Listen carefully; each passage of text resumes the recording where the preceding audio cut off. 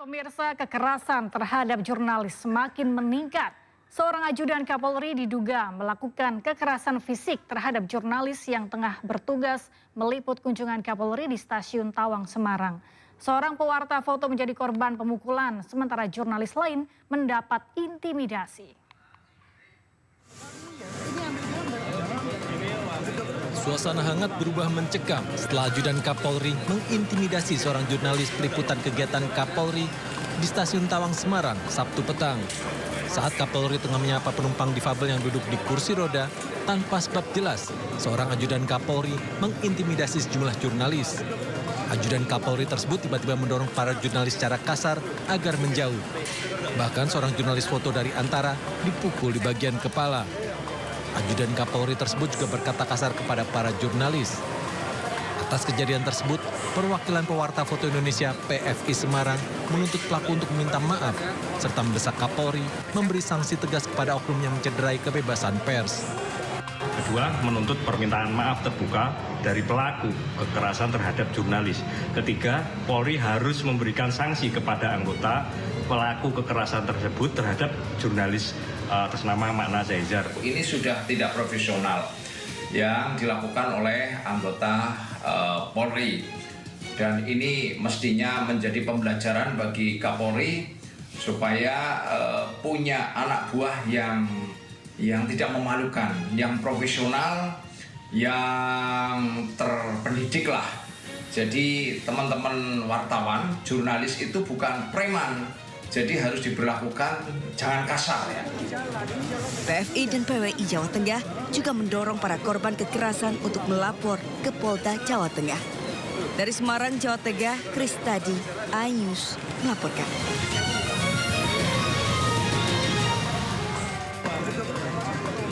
PFI dan PWI Jawa Tengah juga mendorong para korban kekerasan untuk melapor ke Polda Jawa Tengah. Dari Semarang, Jawa Tengah, Kristadi melaporkan. Tim pengamanan protokoler Kapolri mendatangi kantor media dan meminta maaf atas dugaan pemukulan kepada wartawan. Pemukulan diduga dilakukan oleh oknum ajudan Kapolri di Stasiun Tawang, Semarang, Jawa Tengah. Tim pengamanan protokoler Kapolri Ibda Endri Purwasefa, oknum yang diduga memukul wartawan, mendatangi kantor berita Antara di Kota Semarang, Jawa Tengah. Kedatangannya untuk meminta maaf secara langsung atas insiden pemukulan ini. Permohonan maaf disampaikan usai pertemuan yang juga dihadiri Kabid Humas Polda Jawa Tengah, Kombes Pol Artanto, Direktur Pemberitaan LKBN Antara Irfan Junaidi, pewarta foto Antara Makna Zaizar yang diduga korban pemukulan. Atas insiden ini Polri berjanji akan memberikan sanksi tegas kepada pelaku jika terbukti melanggar prosedur penanganan dan pengawalan.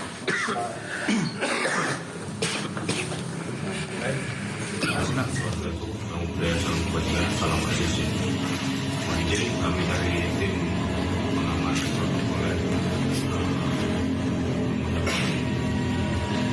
banyak ucapan mohon maaf yang sebesar-besarnya atas kejadian di Stasiun Tawang dan rekan-rekan media.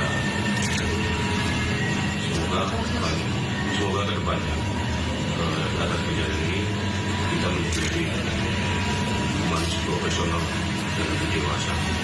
Kami dari Polda Jawa Tengah mewakili institusi Polri menyesalkan atas insiden ini yang seharusnya tidak perlu terjadi dan bisa dihindari.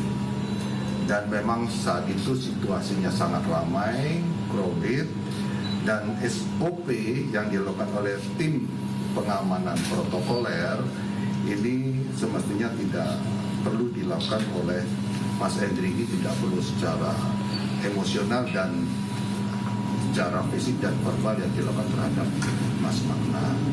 Kita dari kepolisian akan menyelidiki insiden ini dan apabila ditemukan pelanggaran, kami tidak akan memberikan sanksi secara tegas sesuai dengan aturan yang berlaku.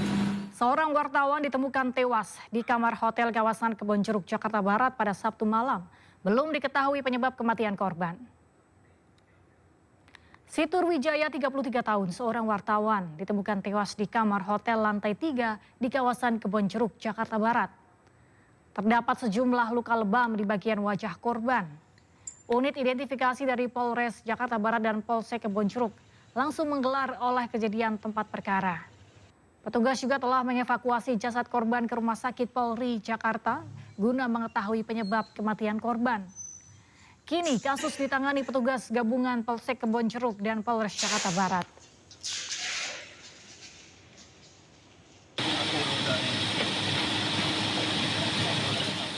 Oknum TNI Angkatan Laut tersangka pembunuhan wartawati di Banjarbaru, Kalimantan Selatan menjalani rekonstruksi. Dalam rekonstruksi terungkap tersangka mencekik korban di dalam mobil hingga tewas lalu membuang jasad korban di tepi jalan.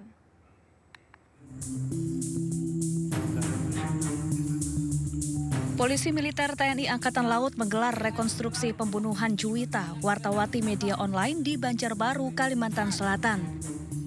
Rekonstruksi menghadirkan tersangka utama Kelasi 1 Jumran, oknum TNI AL yang juga kekasih korban. Dalam rekonstruksi yang memeragakan 33 adegan terungkap, korban dibunuh di dalam mobil. Tersangka mencekik leher korban hingga tewas di kursi belakang mobil. Usai membunuh, tersangka tidak lantas kabur, namun langsung menenangkan diri dan menghilangkan barang bukti dengan rapi. Jasad korban kemudian diletakkan di tepi jalan termasuk ponsel dan sepeda motor. Kuasa hukum korban menduga pembunuhan dilakukan secara terencana. Keterangan dari tersangka bagaimana dia melakukan perbuatan pembunuhan sebagaimana pasal 340 tadi. Jadi kalau dilihat tadi memang ada dari keterangan tersangka untuk proses terjadinya pembunuhan serta ada saksi yang melihat bahwa ada suara pintu, kemudian melihat ada ternyata mobil dan korban. Seperti itu. Makanya ada jeda waktu bertahap, proses itu berbeda dengan 338, pembunuhan seketika itu akan langsung dilakukan secara otomatis. Artinya seketika itu terjadi pembunuhan. Kalau tadi disetting memang peristiwa itu dari awal sampai diletakkannya jenazah itu atau korban di pinggir jalan. Sekaligus juga menghilangkan beberapa bukti termasuk handphone, kemudian sepeda motor juga dicuci tadi kita saksikan bersama. Nah itu adalah dalam keadaan dia tenang untuk melakukan perbuatan tersebut. Sebelumnya korban ditemukan bersama sepeda motornya di tepi jalan kawasan Gunung Kupang Kiram, Banjarbaru, Kalimantan Selatan, Sabtu sore 22 Maret 2025 lalu. Sebelum dibunuh, korban diduga mengalami kekerasan seksual oleh tersangka. Di bulan Desember, korban diminta tersangka untuk memesan kamar hotel dengan dalih tersangka lelah usai beraktivitas. Setelah sampai di kamar hotel, korban didorong dan langsung dianiaya. Usai mengalami kekerasan seksual, korban menceritakan ke kakak korban. Dari Banjarbaru, Kalimantan Selatan, Sairi iNews melaporkan. Perampokan bersenjata parang di sebuah ruko penjualan spare part mobil di Kabupaten Maros, Sulawesi Selatan terekam kamera pengawas. Pelaku seorang diri menggasak 20 gram emas dan uang tunai puluhan juta rupiah.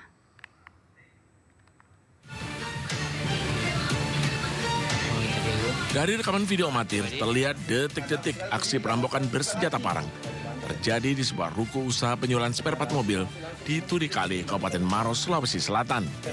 Pelaku seorang diri menggunakan topeng sarung ala ninja masuk ke dalam rumah toko berlantai 3 dengan memajat dan menjebol pintu belakang lantai 2. Pelaku membongkar lemari, laci hingga masuk ke kamar lansia berusia 69 tahun yang sedang sakit. Pelaku mengancam korban merampas perhiasan emas seberat 20 gram berupa gelang, cincin dari tangan korban yang menyebabkan luka-luka.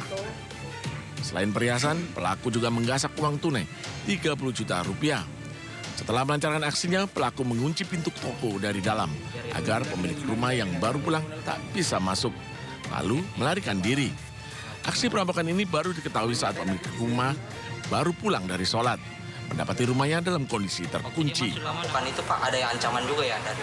Ada ancaman karena dia membawa sebilah parang dan tongkat pipa. Dan Ya. itu diambil di dapur ya Pak? Diambil di dapur dan diambil di depan pintu. Oh, yang diancam itu siapa Pak pada saat Orang tua saya, umi saya. Pada saat itu di mana Pak? Di dalam kamar yang sedang menunggu anaknya yang pulang sholat id. Ini kasus dalam penanganan kepolisian Polres Maros. Polisi mengantongi identitas pelaku dan rekaman CCTV. Dan kini tengah melakukan pengejaran. Akibat kejadian ini, korban mengalami trauma dan luka fisik. Dari Kabupaten Maros, Sulawesi Selatan, Wahyu Ruslan, iNews melaporkan. Masih dari Sulawesi Selatan, pemirsa, pencurian 20 tabung gas 3 kg di sebuah warung kopi di Makassar terekam kamera pengawas. Pelaku lebih dari 1 orang memanfaatkan warung tutup di momen libur Lebaran.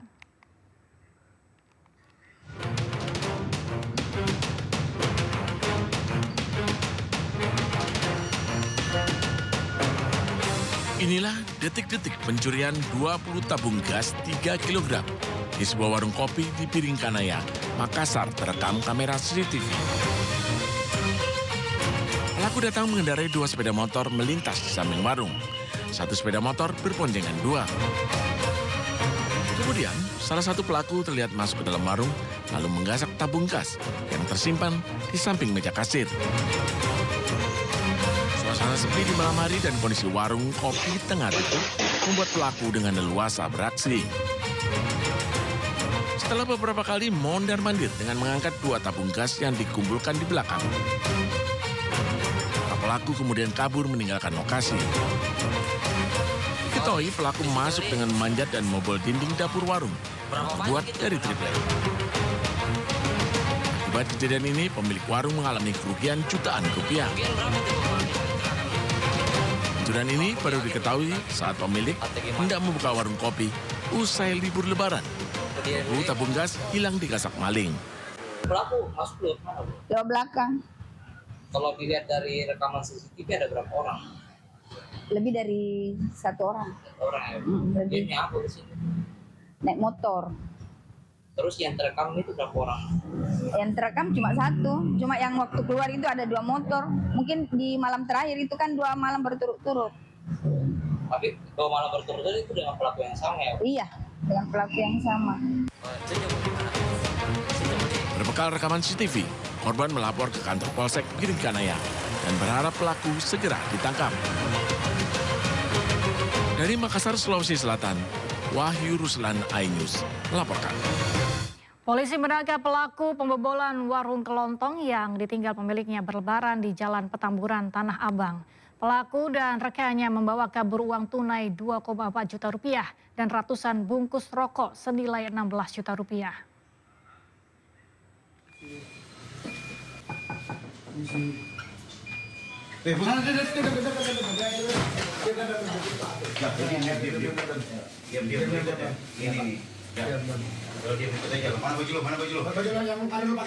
Petugas unit reserse kriminal Polsek Metro Tanah Abang menggerebek sebuah kamar kos di kawasan Kota Bambu Utara, Palmerah untuk meringkus seorang pelaku pencurian.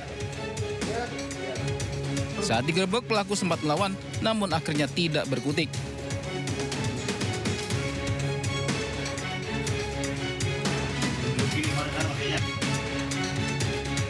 Bersama rekannya, pelaku membobol warung kelontong yang ditinggal pemiliknya berlebaran ke rumah kerabat di Jalan Petamburan, Tanah Abang.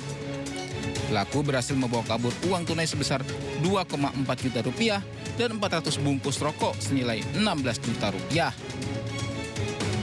Lewat video rekaman CCTV yang viral di media sosial, polisi akhirnya menangkap pelaku dan rekannya.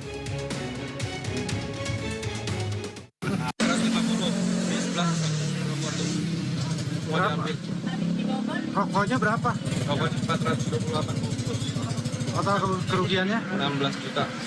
Uang tunai ada yang diambil? Uang tunai 2.450.000. Saat itu abang lagi kemana bang? Saya itu lagi di rumah ibu. Pas hari Lebaran? Hari Lebaran.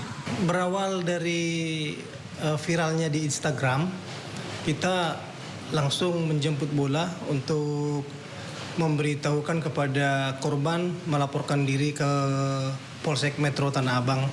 Setelah kita terima laporannya, kita cek TKP yang kebetulan di situ ada CCTV-nya. Dari hasil Instagram itu kita analisa dari CCTV. Dari situ kita dapat keterangan bahwa pelaku itu dapat kita kenali melalui keterangan-keterangan dari orang-orang setempat. Akibat perbuatannya, kedua pelaku dijerat pasal 363 KUHP tentang pencurian dengan ancaman hukuman 7 tahun penjara. Dari Jakarta, Rani Sanjaya, iNews melaporkan.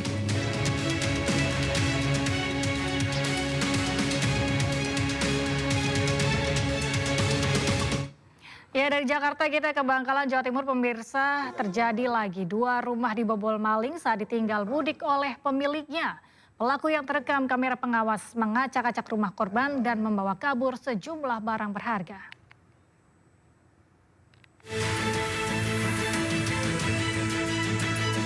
Rekaman kamera pengawas memperlihatkan seorang pelaku pencurian kabur membawa motor seorang warga saat melewati beberapa blok jalanan di perumahan Nilam Handoko, Kelurahan Najah, Bangkalan. Pelaku masuk rumah korban lewat plafon dan mengambil sejumlah barang berharga seperti laptop hingga anting emas. Pelaku bahkan juga membawa kabur motor metik korban. Korban menuturkan insiden terjadi saat ia beserta keluarga sedang mudik ke rumah istrinya di Nganjuk, Jawa Timur. Namun 2 hari usai lebaran ia kemudian dihubungi paman yang juga tetangga rumahnya bahwa rumah korban terlihat berantakan karena dibobol maling. Usai menggasak harta di rumah korban, pelaku keluar dari pintu depan menggunakan kunci cadangan sambil membawa kabur motor korban. Uniknya pelaku sempat berganti pakaian dan celana dengan milik korban sebelum meninggalkan lokasi. Dilaporkan bahwa satu rumah lain yang persis di belakang rumah korban juga kebobolan maling pada waktu bersamaan dan kehilangan sejumlah perhiasan emas. Jadi bobol dari belakang lewat atap. Tahu saya dikasih tahu om saya sekitar sore menjelang maghrib. Nggak tahu rumah sudah acak-acakan. Ya yang hilang tuh Scoopy sama laptop, sama anting anak saya yang perempuan. Insiden pencurian ini sudah dilaporkan oleh korban ke Mapores tempat beserta beberapa bukti video rekaman CCTV saat kejadian. Dari Bangkalan, Madura, Taufik Syahrawi, iNews melaporkan. Lagi-lagi kasus pencurian pemirsa kali ini di Kabupaten Bekasi, Jawa Barat. Rumah seorang warga dibobol maling saat ditinggal mudik oleh pemiliknya. Para pelaku yang diduga lebih dari 1 orang masuk dengan cara membobol jendela samping rumah dan mengacak-acak isi lemari pakaian untuk mencari barang berharga. Ya Allah, rumah kemalingan ya. Dibobol jendela dicopot-copotin. Ya Allah, padahal mah itu dari sore tuh udah rapi-rapihin sama ibu tuh kamar tuh diabrak-abrik. Rumah salah seorang warga di Kampung Ponco Sawah, Desa Telaga Murni, Kecamatan Cikarang Barat, Kabupaten Bekasi, Jawa Barat, dibobol kawanan pelaku pencurian rumah kosong saat ditinggal mudik oleh pemilik rumahnya ke Wonosobo. Pelaku diduga lebih dari 1 orang. Menurut orang tua korban, kejadian pencurian diperkirakan sekitar Jumat dini hari. Orang tua korban mengetahui rumah anaknya dibobol pencurian saat akan mematikan lampu rumah, kemudian memeriksa sisi rumah, ternyata ada beberapa barang berharga yang hilang di bawah pelaku. Nah, iya udah terbuka semua. Pas saya masuk lewat jendela, itu kamar anak saya habis semua diacak-acak, lemarinya juga, pintunya diacak-acak, diubrak-abrik, pokoknya habis dah ceritanya. Nah, pas dilihat TV sama salon sama HP cucu saya itu merek nggak ada. Petugas kepolisian Polsek Cikarang Barat yang mendapat laporan langsung mendatangi lokasi kejadian dan melakukan olah TKP serta minta keterangan saksi. Dari Kabupaten Bekasi, Jawa Barat, Didit Junaidi, iNews melaporkan.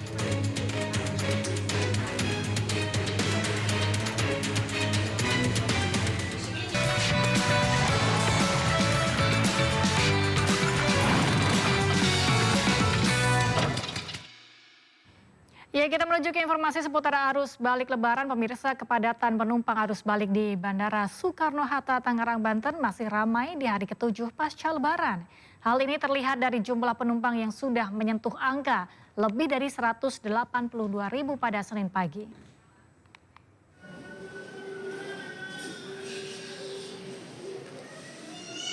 Sepekan pasca Lebaran, pergerakan penumpang pesawat yang kembali pada arus balik Lebaran di Bandara Soekarno-Hatta, Tangerang, Banten masih tinggi. Hal ini diketahui dengan jumlah pergerakan penumpang sebanyak lebih dari 182.000 orang atau naik 15% dibanding hari biasa, baik yang datang dan pergi melalui Bandara Suta. Kebanyakan penumpang kembali pulang usai berlebaran atau berlibur selama momen libur Lebaran karena harus kembali beraktivitas normal mulai besok. Mau pulang ke Bengkulu. Sebelumnya memang liburan atau liburan ke Jakarta terus ke Jogja.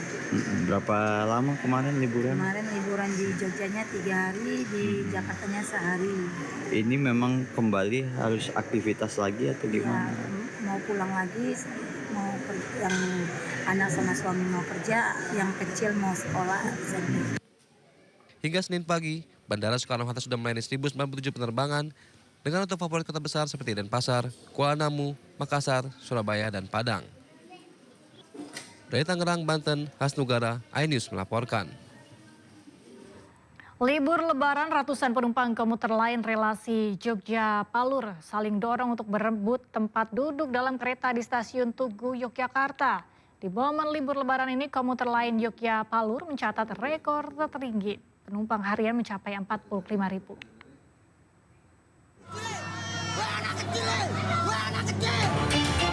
Seorang penumpang komuter lain Jogja-Palur di stasiun Tugu, Yogyakarta harus berteriak agar penumpang lainnya tidak saling dorong saat hendak memasuki peron.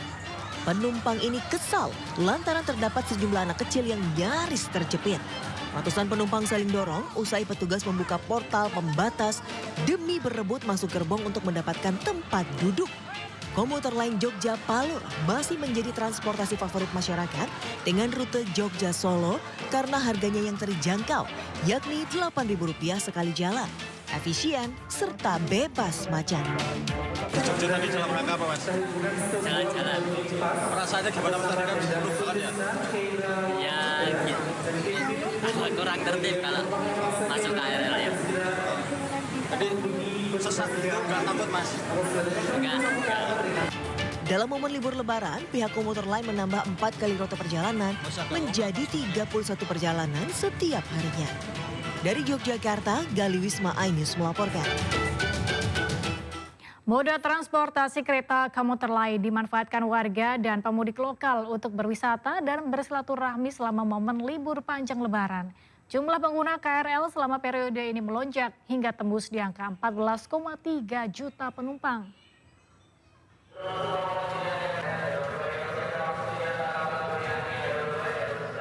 Tingginya antusiasme warga Jabodetabek yang ingin berlibur maupun bersilaturahmi ke rumah kerabat di momen libur panjang Lebaran membuat jumlah pengguna kereta komuter lain terus melonjak. Di momen libur panjang ini, stasiun kereta jarak dekat di Jakarta, Bogor, hingga Bandara Soekarno-Hatta Tangerang dan kawasan Merak, Banten ramai diserbu penumpang. Tercatat selama periode angkutan Lebaran sejak 21 Maret hingga 4 April 2025. Jumlah pengguna komuter lain tembus di angka 14,3 juta penumpang. Jumlah pengguna terbanyak adalah komuter lain Jabodetabek yang mencapai 12,1 juta penumpang. Selanjutnya komuter lain Merak di angka 185.000 penumpang. Dan komuter lain Bandara Soekarno-Hatta sebanyak 90.000 penumpang. Dari data ini, stasiun Bogor menjadi stasiun teramai dengan jumlah pengguna yang turun di stasiun ini mencapai 710.000 penumpang. Dan jumlah pengguna yang diberangkatkan dari stasiun Bogor sebanyak 754.000 penumpang. Sampai dengan H+3 masa angkutan Lebaran atau selama 15 hari melaksanakan angkutan Lebaran, sudah sebanyak 14,3 juta orang yang menggunakan komuter lain untuk berpergian maupun libur Lebaran. Dari angka tersebut didominasi oleh angkutan KRL Jabodetabek yang berjumlah 12,1 juta pengguna. Adapun stasiun teramai adalah stasiun Bogor. Untuk mengantisipasi lonjakan penumpang selama periode angkutan Lebaran, PT KCI telah mengoperasikan sebanyak 1.063 perjalanan kereta. Dengan waktu operasional yang ditambah mulai pukul 4 pagi hingga pukul 24 waktu Indonesia Barat. Dari Jakarta, Rani Sanjaya, iNews melaporkan.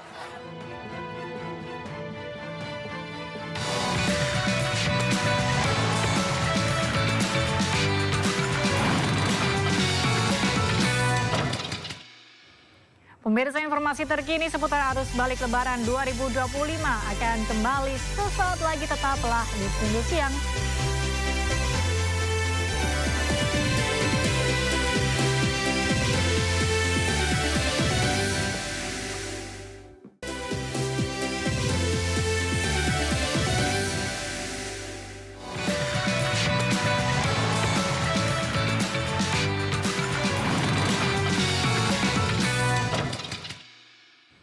Ada kembali menyaksikan Indo Siang, pemirsa. Kakor Lantas Polri Irjen Agus Suryo Nugroho menyatakan dari 2,2 juta kendaraan yang meninggalkan Jakarta pada arus mudik lalu, sekitar 1,3 juta diantaranya sudah kembali ke Jakarta. Puncak arus balik telah terjadi sejak Minggu malam hingga Senin pagi. Arus lalu lintas terbilang lancar setelah kepolisian dan pengelola jalan tol memperlakukan rekayasa lalu lintas one way nasional dan kontraflow. Rekayasa lalu lintas dari one way nasional arus balik dari kilometer 414 sampai 70 masih berlangsung sampai saat ini. Terus dari 70 hingga ke 36 proses kontraflow dari 70 ke 47 itu 2 lajur kontraflow arah Jakarta. Dari 47 ke 36 itu 1 lajur. Untuk tol fungsional ini situasional. Jadi pagi kita buka. Kalau malam kondisi hujan ini kita tutup. Tapi melihat crossing yang berada di kilometer. Sepekan pasca Lebaran Idul Fitri 1446 Hijriah, gerbang tol Cikampek Utama terpantau landai. Intensitas kendaraan per jam hanya mencapai 2.000 hingga 2.500 kendaraan. Sementara total 389.000 kendaraan telah kembali ke Jakarta dengan dominasi kendaraan pribadi. Arus lalu lintas di gerbang tol Cikampek Utama terpantau lancar tepat sepekan pasca Lebaran Idul Fitri 1446 Hijriah. Intensitas kendaraan maksimal ada di angka 2.500 per jam dengan total kendaraan melintas banyak 14.000. Sistem kontraflow dari kilometer 70 hingga 37 masih diberlakukan 1 lajur dengan pengalihan arus lalu lintas menuju alternatif tol Jakarta Cikampek 2 Selatan. Total lebih dari 389.000 kendaraan telah kembali ke Jakarta dan naik 154% secara statistik dibandingkan hari biasa. Dengan 27 titik transaksi distribusi kendaraan di gerbang tol Cikatama dan Kali Kangkung diharapkan bisa mengurai kepadatan utamanya pada sore menjelang malam hari.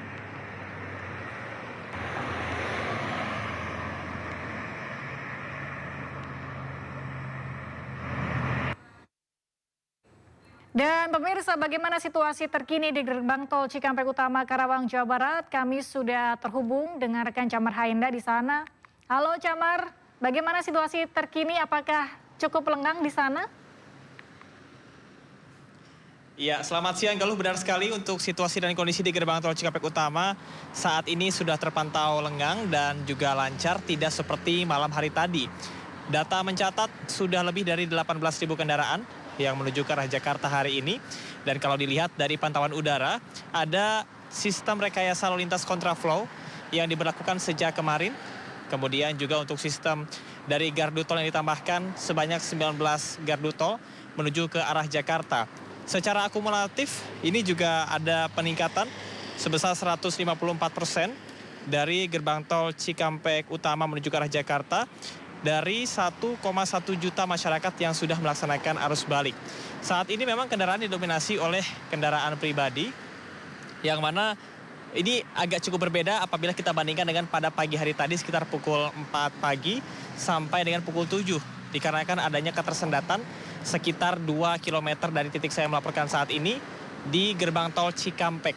Dan di gerbang tol Cikampek Utama ini memang sudah terpantau lengang dikarenakan adanya penyiagaan dari gardu tol.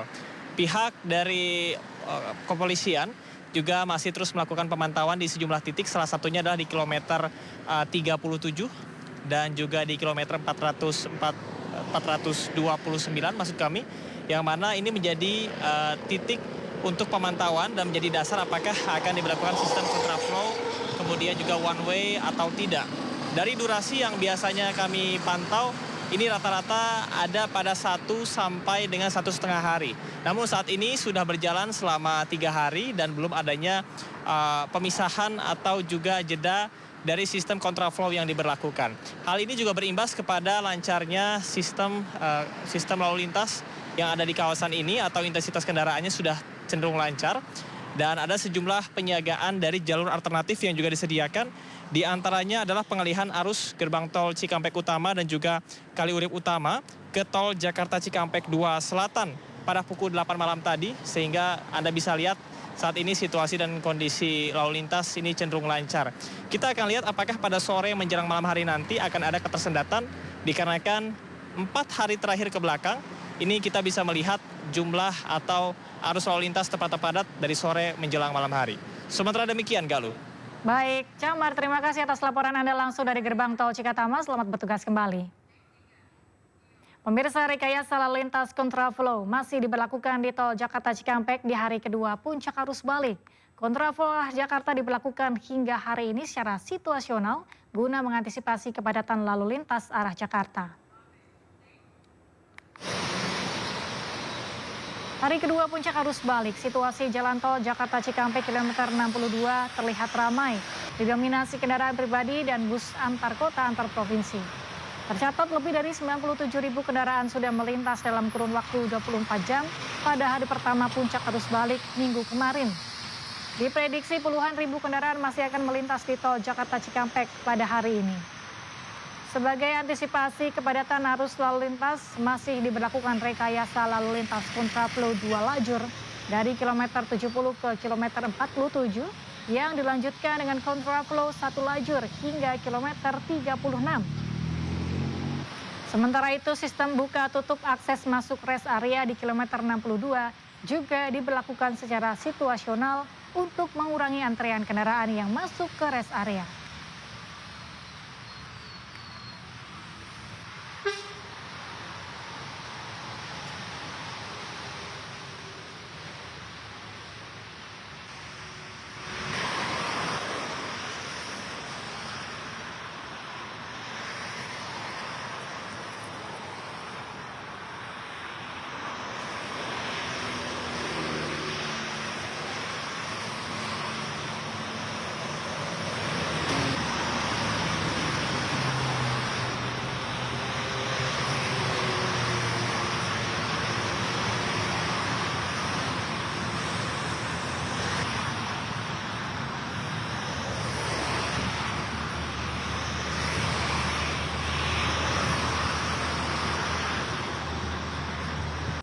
Sementara itu di Terminal Kalideres Jakarta Barat sejak pagi terpantau ramai pemudik yang kembali ke Jakarta.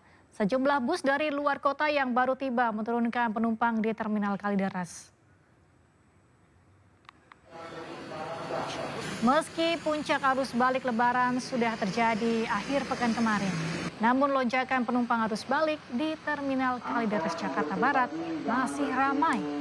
Bus yang membawa pemudik dari kampung halamannya masih berdatangan.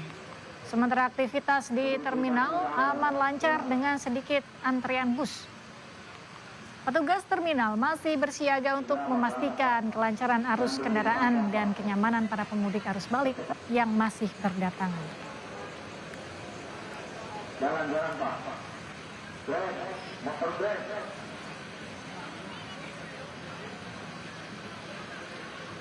Awas Pak, nggak bisa gitu Pak.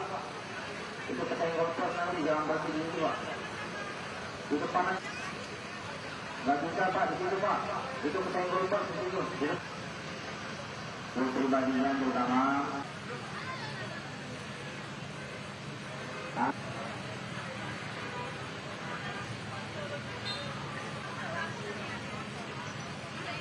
Untuk pribadinya jangan berhenti di sana Pak.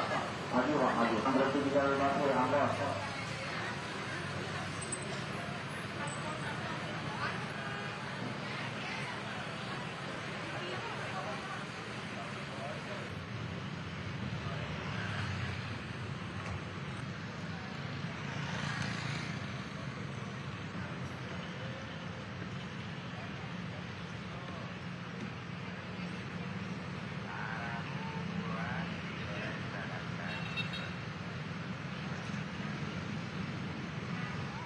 Dan pemirsa, seperti apa situasi terkini di Terminal Kalideres? Sudah ada rekan Wenda Nura di sana.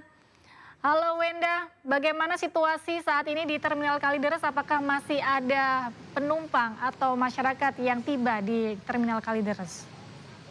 Ya, halo, selamat siang Galuh dan juga pemirsa. Situasi saat ini di Terminal Kalideres saat ini memang masih cukup ramai oleh para pemudik yang baru saja tiba dari kampung halamannya masing-masing. Dan meskipun terjadi keramaian, namun tidak terjadi kepadatan yang cukup signifikan karena memang sebagian besar para penumpang ini tiba di Terminal Kalideres pada dini hari hingga pagi hari tadi. Dan untuk puncak arus balik sendiri yang terjadi di Terminal Kalideres ini sudah terjadi pada hari Minggu kemarin, yang mana memang sebagian besar pun terjadi pada turun di jam dini hari hingga pagi hari tadi. Dan untuk hari ini diprediksi akan ada sebanyak lebih dari 4.000 penumpang yang akan tiba di Terminal Kalideres. Sedangkan pada saat arus balik kemarin ini ada sebanyak 6.000 penumpang yang tiba di Terminal Kalideres ini. Jadi memang ada penurunan. Dan untuk situasi saat ini memang tidak terlalu padat, hanya berdasarkan pantauan kami sejak pagi hari tadi hanya ada beberapa bis saja yang sudah mulai tiba kembali di Terminal Kalideres. Dan dari pihak Terminal Kalideres pun ini terus menghimbau untuk para pemudik yang tiba di Terminal Kalideres disarankan untuk turun langsung di terminal. Jadi memang kebanyakan para penumpang ini di sini tiba pada dini hari, sehingga para penumpang disarankan tidak turun di jalan demi keamanan dan kenyamanannya. Selain itu, upaya dari pihak terminal pun saat ini di terminal sudah disediakan beberapa posko, mulai dari posko pengamanan hingga kesehatan, yang pastinya ini untuk membuat para pemudik merasa aman dan nyaman saat tiba di Terminal Kalideres. Sementara demikian, Galuh. Baik Wenda, terima kasih melaporkan langsung dari Terminal Kalideres. Selamat bertugas kembali Wenda. Pemirsa, kita beralih ke gerbang tol Kali Kangkung dan arus balik di sana terpantau sepi serta lengang. Kendati demikian, pemberlakuan one way nasional masih diterapkan. Usai prediksi arus balik jatuh pada 6 April 2025, arus balik di gerbang tol Kali Kangkung terpantau sepi dan lengang. Volume kendaraan tampak mengalami penurunan dibanding pada hari kemarin. Traffic counting turut menurun di angka 1.000 hingga 700 kendaraan yang melintas per jam. Kendati demikian, pemberlakuan one way masih diterapkan secara situasional. Sementara itu, pemberlakuan diskon tarif tol potongan 20% tahap kedua akan berlaku 8 hingga 10 April 2025.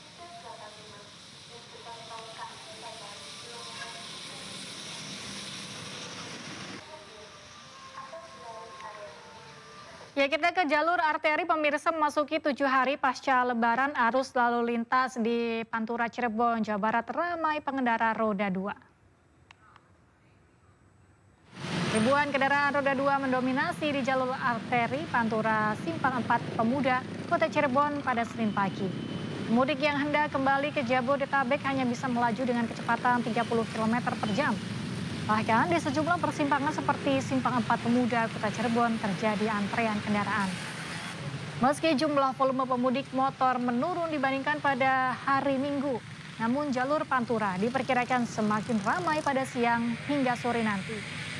Berdasarkan data dari Dinas Perhubungan Kota Cirebon, arus kendaraan roda 2 yang mengarah dari Jawa Tengah menuju Jakarta dari pukul 12 hingga pukul 7 pagi sudah mencapai 22.123 kendaraan.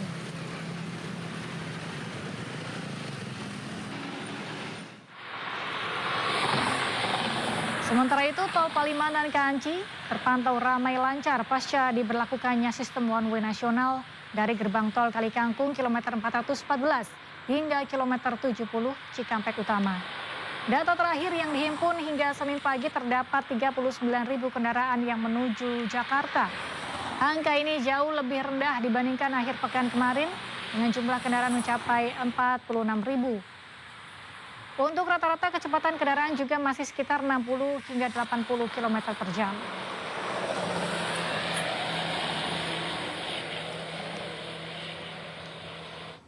Ya, kita beralih ke stasiun Pasar Senen Jakarta Pusat, pemirsa, yang masih terus didatangi arus balik pemudik Lebaran. Perkiraan hari ini masih akan terjadi lonjakan kedatangan pemudik melalui stasiun Pasar Senen. Dan inilah pemirsa situasi terkini di Stasiun Pasar Senen, Jakarta. Penumpang yang akan berangkat menuju berbagai tujuan di Pulau Jawa via Stasiun Pasar Senen juga masih tetap tinggi. Menurut data dari PT KAI Daop 1 Jakarta, puncak arus balik di Stasiun Senen diprediksi terjadi hari ini. Sebanyak 18.000 lebih penumpang akan tiba di Jakarta melalui Stasiun Pasar Senen.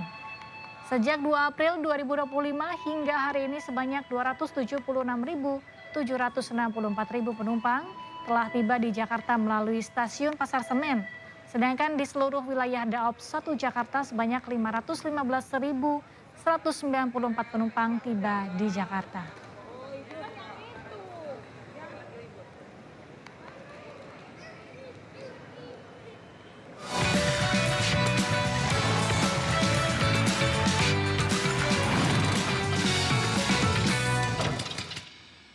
Pemirsa, usai jeda kami akan kembali dengan sejumlah informasi menarik lainnya. Tetaplah bersama kami.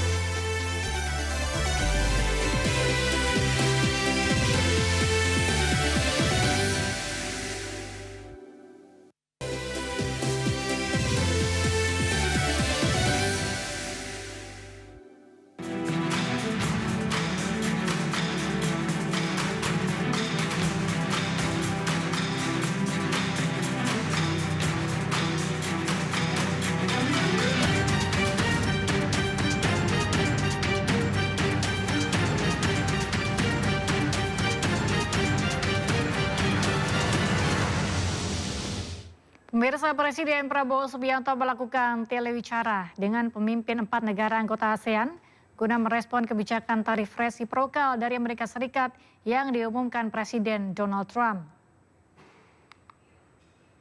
Telewicara dilakukan Presiden Prabowo Subianto dengan pemimpin 4 negara anggota ASEAN, diantaranya Perdana Menteri Malaysia Anwar Ibrahim, Sultan Brunei Hassanal Bolkiah, Presiden Filipina Bongbong Marcos, dan Perdana Menteri Singapura Lawrence Wong. 5 pemimpin negara ini membahas respons atas kebijakan tarif resiprokal atau timbal balik dari Amerika Serikat yang diumumkan Presiden Trump. Sebelumnya, Trump mengumumkan penerapan tarif minimal 10% terhadap semua impor barang dari seluruh dunia, termasuk Indonesia yang dikenakan tarif impor 32%. Selain Indonesia, tarif resiprokal dikenakan AS terhadap negara-negara ASEAN lainnya, diantaranya Malaysia dan Brunei Darussalam sebesar 24%, Filipina 17% hingga Singapura sebesar 10%.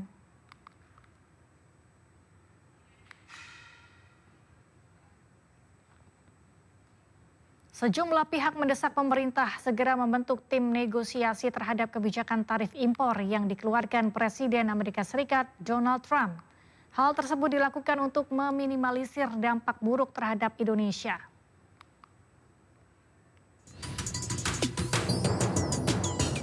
Presiden Amerika Serikat Donald Trump mengumumkan tarif baru sebesar 10% untuk barang impor yang masuk ke Amerika Serikat. Dengan tambahan tarif lebih tinggi terhadap negara tertentu, salah satunya Indonesia yang terdampak tarif impor 32%. Tarif 32% ini merupakan timbal balik dari kebijakan Indonesia yang menekan tarif 64% bagi barang-barang asal Amerika Serikat yang masuk ke Indonesia. Fellow Americans, this is Liberation Day, waiting for a long time. April 2nd, 2025 will forever be remembered as the day American industry was reborn, the day America's destiny was reclaimed, and the day that we began to make America wealthy again. Going to make it wealthy, good and wealthy. And today we're standing up for the American worker, and we are finally putting America first. Terkait tarif impor yang dikeluarkan AS ini, Asosiasi Pertekstilan Indonesia meminta pemerintah segera bergerak membentuk tim negosiasi. Jadi mungkin kita meminta perlindungan dari pemerintah kita, mungkin untuk segera menyusun tim negosiasi, bisa berangkat ke Amerika, bisa berbicara dengan pemerintah Trump, bagaimana kebijakan pemerintah Indonesia dalam hal dapat menurunkan trade deficit Amerika dengan harapan tarif yang 32% yang akan dikenakan tanggal 9 ini kita bisa mendapatkan tarif yang lebih ringan. Sementara itu, untuk memperkecil dampak tarif impor yang diberlakukan pemerintah Amerika Serikat, ekonom mengingatkan agar pemerintah memperluas jaringan impor dan tidak tergantung dengan Amerika Serikat. Dalam jangka menengah panjangnya itu kebijakan ini harus disikapi dengan misalnya saja gitu kan, kita harus mengurangi ketergantungan ya kan dengan Amerika itu ya, hubungan dagang kita dengan Amerika itu dengan melakukan misalnya diversifikasi negara tujuan ekspor kita ya, ke negara-negara lain ya kan, yang non tradisional ataupun yang selama ini memiliki hubungan yang baik lah dan terbuka lah gitu ya, dan juga menggunakan berbagai forum multilateral saya kira untuk bisa memaksimalkan hubungan perdagangan kita dengan negara-negara tersebut. Selain Indonesia, sejumlah negara di ASEAN juga terkena peningkatan tarif barang masuk ke Amerika Serikat seperti Thailand, Vietnam, dan Malaysia. Kebijakan tarif impor 10% berlaku per 5 April 2025, sedangkan tarif timbal balik diberlakukan mulai 9 April 2025.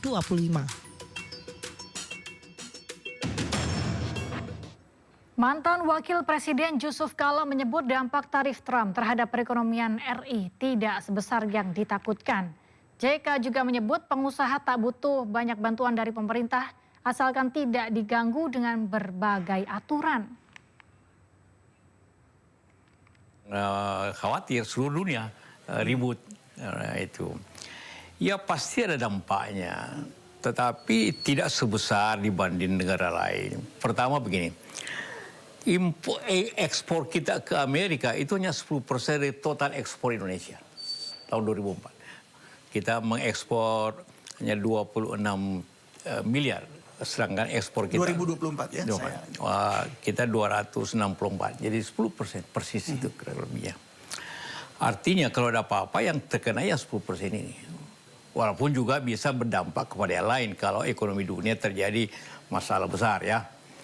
Tapi efeknya tidak sebesar angka yang 32 itu. Kenapa bisa demikian? Karena yang masalah di yang aturan dibuat oleh Trump itu tarif impor. Artinya kalau kita istilahkan di Indonesia biaya masuk. Ya kan? Biaya masuk itu ialah biaya masuk dari harga impor yang kita ekspor. Betul. Nah, contoh saja saya kasih contoh bahwa kita mengekspor garment berbagai macam itu kira-kira 7 miliar dolar. Kita mengekspor sepatu juga, lebih 2,5, lebih 3. Harga satu sepatu itu, Nike, yang kita ekspor, itu hanya antara 15 sampai 20 dolar ke Amerika. Di Amerika, sepatu itu dijual 50 sampai 70 dolar. Ya. Yang kena ini biaya masuk kan yang harga 20 ini. Kalau 20 kali dari 32%, itu hanya 6 dolar.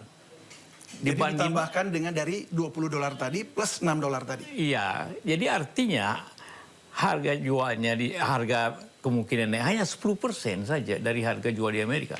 Karena yang dipersoalkan di dunia ini, kalau Amerika membuat tarif tinggi, maka daya beli barang di Amerika mahal. Kalau dia mahal, maka penjualan akan menurun. Akibat daya beli Amerika menurun karena terjadi inflasi. Maka karena kalau daya beli Amerika menurun, maka ekspor kita akan menurun. Betul. Kalau ekspor kita menurun akan terjadi pabrik kita turunkan produksi, terjadi PHK. Itu kan selalu tiap hari itu yang ditakutkan hari-hari ini. Padahal yang terjadi sebenarnya realnya nanti perubahan itu bukan 30%, hanya paling tinggi 10%. Akan terjadi kenaikan harga di pasar Amerika. Yang dibebankan kepada? Konsumen Amerika? Iya, konsumen Amerika. Pengusaha dan konsumen Amerika. Itu kira-kiranya 10% dari harga jual. Harga selama ini orang Amerika beli sepatu dengan harga $60 contohnya. Sekarang harus beli dengan 66. Karena tambah biaya masuk realnya itu. Itu pun 66 bisa saja diefisienkan oleh para pengusaha. Mungkin hanya terjadinya naikkan $5, jadi efeknya tidak sebesar apa yang kita sering bicarakan. Para pengusaha sebenarnya harapannya kepada pemerintah tidak banyak. Yang penting ialah jangan diganggu. Tidak usah dibantu banyak, tapi jangan diganggu. Berbagai aturan, berbagai sikap-sikap masyarakat dan sebagainya. Dengan cara itu dia akan bekerja dengan baik. Selain mengumumkan tarif impor, Trump juga mengumumkan kondisi negaranya yang mengalami darurat ekonomi nasional.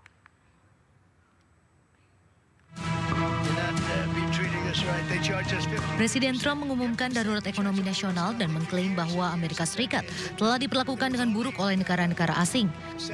Trump menyebut negara-negara asing menjual barang ke Amerika namun menggunakan batasan perdagangan untuk membuat barang produksi Amerika tidak kompetitif. Amerika Serikat mengalami defisit anggaran karena telah mengimpor lebih banyak barang dibanding ekspor pada 2024 dengan nilai impor 1,2 triliun rupiah. Trump pun membuat kebijakan baru untuk memulihkan kecakapan manufaktur dan perdagangan Amerika dengan menambah tarif yang lebih tinggi lagi untuk puluhan negara yang memiliki defisit perdagangan tertinggi dengan Amerika. Trump mengumumkan daftar negara yang dikenakan tarif resiprokal atau timbal balik, termasuk Indonesia yang dikenakan sebesar 32%. My fellow Americans, this is Liberation Day, waiting for a long time.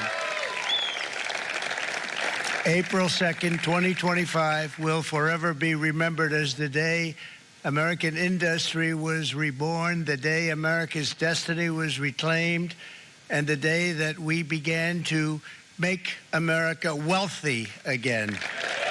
We're going to make it wealthy, good and wealthy. And today we're standing up for the American worker, and we are finally putting America first.